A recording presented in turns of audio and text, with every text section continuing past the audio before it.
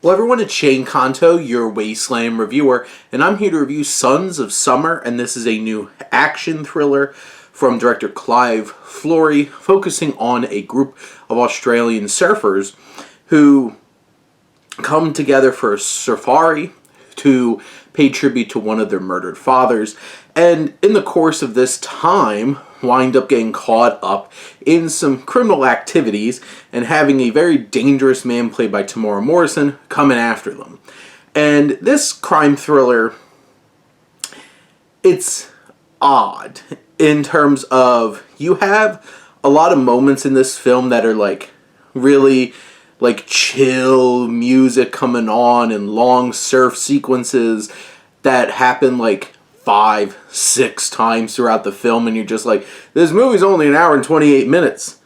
There's a lot playing out here, and it takes up so much time, and for a film that's only an hour and 28 minutes, it's pretty repetitive, and also the story isn't particularly interesting.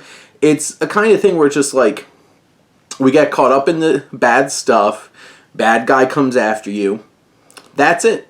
There's one, like, love story in there between two of the characters, Isabel Lucas, Joe Davison, and they're kind of like the two main characters who are quote-unquote protagonists.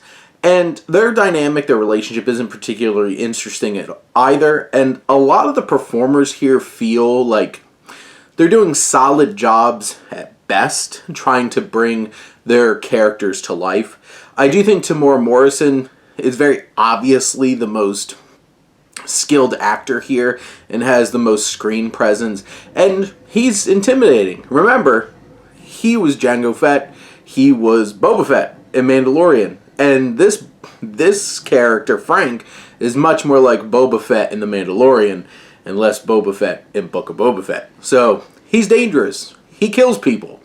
There's a couple of thrilling moments throughout the film, but in general, it's kind of muted. It's less than 90 minutes of a very by-the-numbers, unimaginative, pretty straightforward thriller that just throws in this music and surfing frills to be like, hey, we have other stuff in this film.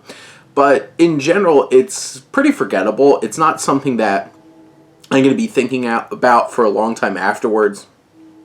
It's rock solid in terms of its filmmaking. Its acting is passable for the most part. But when you put that all together, it doesn't really add up to much. And by the end, it's a pretty forgettable action thriller that, you know, you watch it. If you're into action thrillers, it has those elements, so it might be right up your alley.